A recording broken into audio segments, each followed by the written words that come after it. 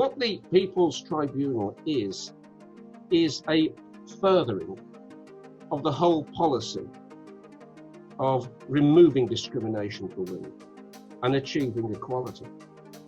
So the People's Tribunal is in effect the next step from that judicial review, regardless of what the result is in that judicial review.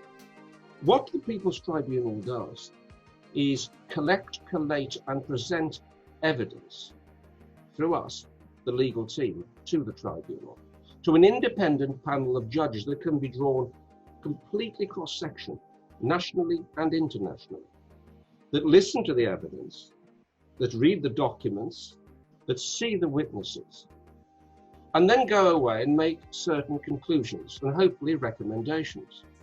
And we'll be asking that tribunal to consider a number of things. Firstly, to consider the 1980s rationale of CEDAW. Secondly, to consider why it is and why it has taken so long, and if there's any justification, and I doubt whether there is, concerning the delay of implementation of CEDAW.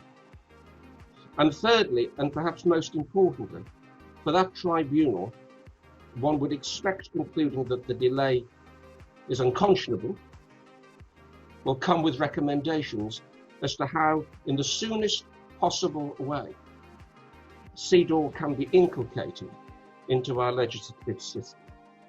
So those are the three ways the People's Tribunal will undertake their business. And at the end of that process, there will be a body of evidence written down in documentation and maybe even in published works that can be used and deployed by members of the public, campaign groups, students, and perhaps importantly politicians, to argue the cause for CEDAW and to be able to use what we bring together as a mass within the People's Tribunal as a body of evidence, as a body of learning, which says beyond any doubt whatsoever, it should be CEDAW now. It should be CEDAW immediately.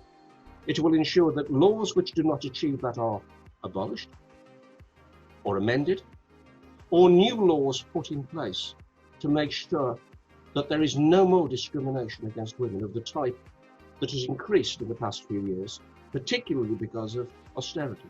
The Back to 60 organisation have a clear, well thought out policy and strategy. It starts with a judicial review, it is furthered by the People's Tribunal, and excitingly, it goes on after the People's Tribunal.